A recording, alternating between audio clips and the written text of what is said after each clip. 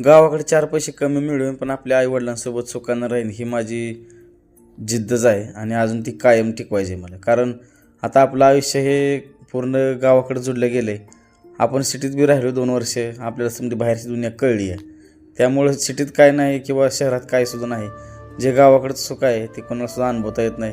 की किती जरी काय असलं तरी आपलं गावाकडे शेवटी गाव असतं आणि आपल्याला थोडंफार कष्ट जास्त पडेल किंवा कधी कमी पडेल, व्यवसाय थोडा नफा होईल, कधी तोटा होईल, पण गावाकडं पारंपरिक वारसा जपत जे आपण संस्कृती सांभाळण्याचा प्रयत्न करतोय ती खरंच आता सिटीत भरली नाही. कारण जिकडं जाईल तिकडं पळापळ, धडपड, कोणाची वाडावडी, चोराचोरी, समजा काही ना काही ना चालूच आहे.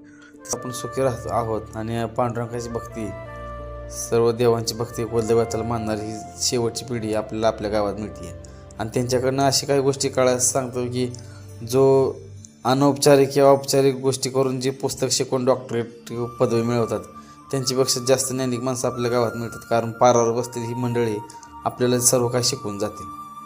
आणि गावात लहानापासून मोठी माणसं सर्व आपल्याला रामराम घालतात. त्या रामराममध्ये एवढं प्रेम असतं की आपल्याला बाकीच्या गोष्टी विचारपूस करण्याची गरज नाही आणि त्या रामराम घालण्यातच सामन्याची विचारपूस केली जाते.